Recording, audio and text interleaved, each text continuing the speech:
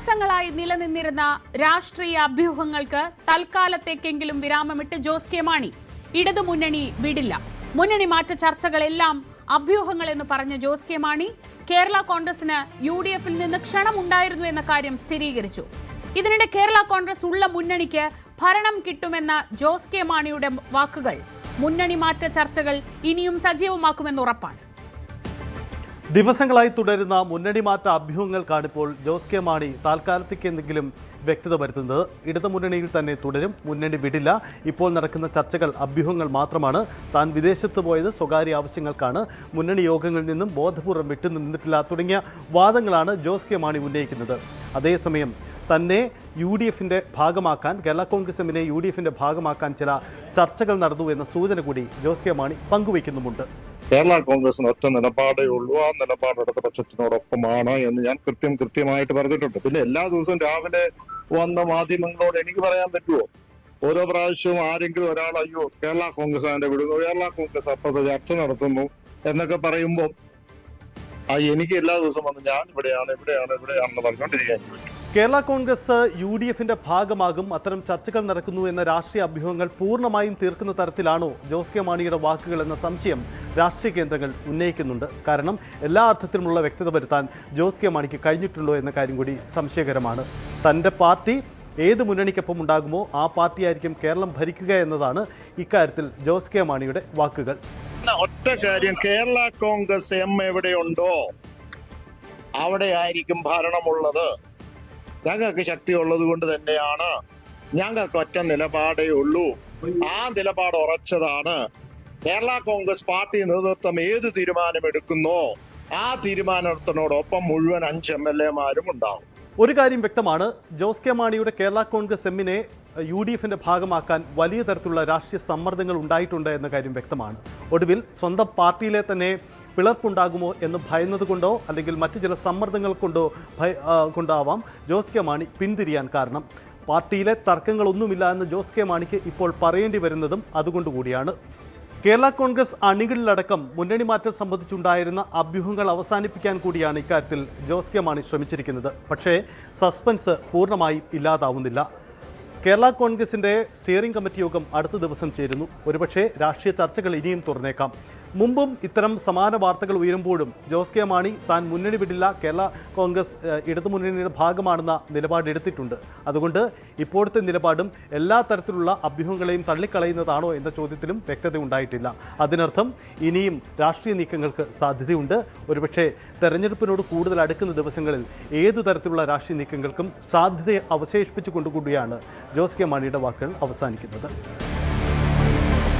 Jose K മാണിയെ ഒപ്പം നിർത്താൻ ഇടതുമുന്നണി നേതൃത്വം വലിയ നീക്കങ്ങളാണ് നടത്തിയത്. മന്ത്രി VN വാസവൻ കോട്ടയത്ത് ക്യാമ്പ് ചെയ്ത് നേതാക്കളുമായി ചർച്ച നടത്തി.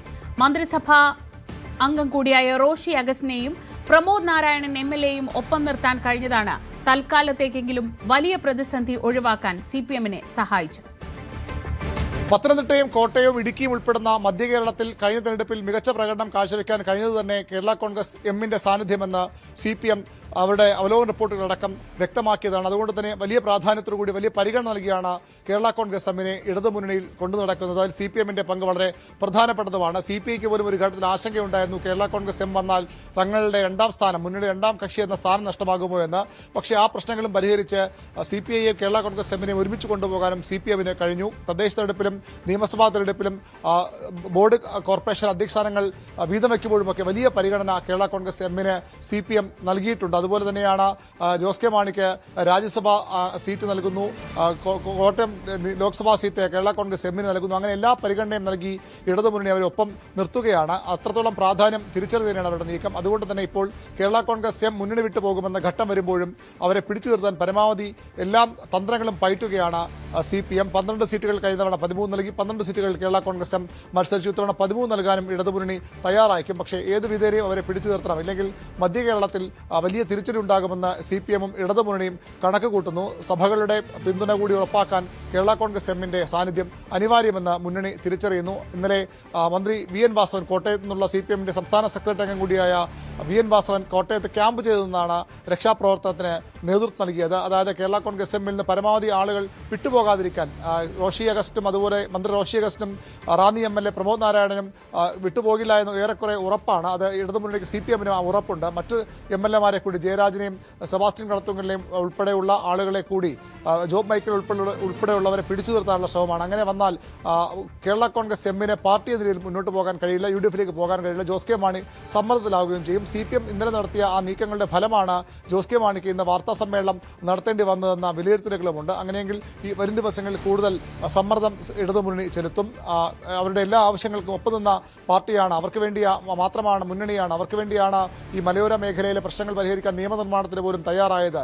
ഇനിയും കേരള കോൺഗ്രസ് എമ്മിനെ ചേർത്ത് നിർത്താൻ കഴിയുന്നതൊക്കെ ചെയ്യുമെന്ന ഉറപ്പ് മുഖ്യമന്ത്രി അടക്കമുള്ളവർ അവർക്ക് നൽകും. അങ്ങനെ സമ്മർദ്ദ തന്ത്രത്തിലൂടെ ഒരു രാഷ്ട്രീയ കാരണവും പറഞ്ഞ് മുന്നണി വിട്ടു പോകാൻ അവർക്ക് കഴിയാത്ത സാഹചര്യമുണ്ട്. JB കോശി കമ്മീഷൻ റിപ്പോർട്ട് മാത്രമാണ് എന്തെങ്കിലും അതൃപ്തി ക്രൈസ്തവ മേഖലയ്ക്ക് ഉള്ളത്. അതും പരിഹരിക്കാൻ നടപടികൾ എടുക്കുമെന്നൊക്കെ ഇതിനകം നടപടി ആരംഭിച്ചിട്ടുമുണ്ട്. മുഖ്യമന്ത്രി നേതൃത്വത്തിൽ ഈ അടുത്ത മാസം ആദ്യം യോഗം വിളിച്ചിട്ടുമുണ്ട്. ഇത്തരം കാര്യങ്ങളൊക്കെ പറഞ്ഞുകൊണ്ട് പരമാവധി കേരള കോൺഗ്രസ് എമ്മിനെ ഒപ്പം നിർത്താൻ തന്നെയാണ് CPM-ന്റെ ശ്രമം. അവർ പൂർണ്ണമായി വിട്ടുപോകില്ല എന്ന് CPM കണക്ക് കൂട്ടുന്നു. ഇനി ഏതെങ്കിലും സാഹചര്യത്തിൽ ഒരു വിഭാഗമെങ്കിലും വിട്ടുപോയാൽ കൂടുതൽ ശക്തിയുള്ളവരെ, കൂടുതൽ ശക്തി ഈ ഭാഗം നിർത്തിയിട്ട് കേരള കോൺഗ്രസിനെ പിളർത്താനുള്ള നീക്കങ്ങൾക്കും CPM ആലോചിക്കുന്നുണ്ട്. ഏതായാലും വളരെ നിർണായകമായ രാഷ്ട്രീയ ചർച്ചകളാണ് CPM ഓഫീസും അതുപോലെ തന്നെ കോട്ടയം ജില്ലയിലെ CPM നേതാക്കളും ഒക്കെ കേന്ദ്രീകരിച്ച് നടത്തുന്നത്. കേരള കോൺഗ്രസ് എം ഇടതുപക്ഷത്തിനൊപ്പമാണെന്ന നിലപാട് ജോസ് കെ മാണി തന്നെ വ്യക്തമാക്കിയിട്ടുണ്ടെന്ന് CPM general secretary MA baby. എന്തെങ്കിലും ഉണ്ടായാൽ ജോസ് കെ മാണി തന്നോട് പറയുന്ന ആളാണെന്നും MA ബേബി പറഞ്ഞു. ഇല്ല, ജോസ് കെ മാണി തന്നെ വ്യക്തമാക്കിയിട്ടുണ്ട്. അത് ഇടതുപക്ഷ ജനാധിപത്യങ്ങളുടെ ഭാഗമാണിത്. ജോസ് കെ മാണി വിഭാഗത്തിന്റെ മന്ത്രി റോഷി അഗസ്റ്റിൻ വ്യക്തമാക്കിയിട്ടുണ്ട്. വേറെ പലരും, പ്രമോദ് നാരായണൻ ഉൾപ്പെടെയുള്ള പലരും വ്യക്തമാക്കിയിട്ടുണ്ട്. അപ്പം ജോസ് കെ മാണിയാണ് ആ പാർട്ടിയുടെ പ്രമുഖനായ നേതാവ്. ഞാനുമായിട്ട് വ്യക്തിപരമായിട്ട് വളരെ അടുപ്പമുള്ള ആളാണ്. അദ്ദേഹം വേറെന്തെങ്കിലും ആലോചിക്കുന്നുണ്ടെങ്കിൽ എന്നെ പോലുള്ളവരോട് പറയുമെന്നുള്ളതിനകത്ത് എനിക്ക് യാതൊരു സംശയവുമില്ല.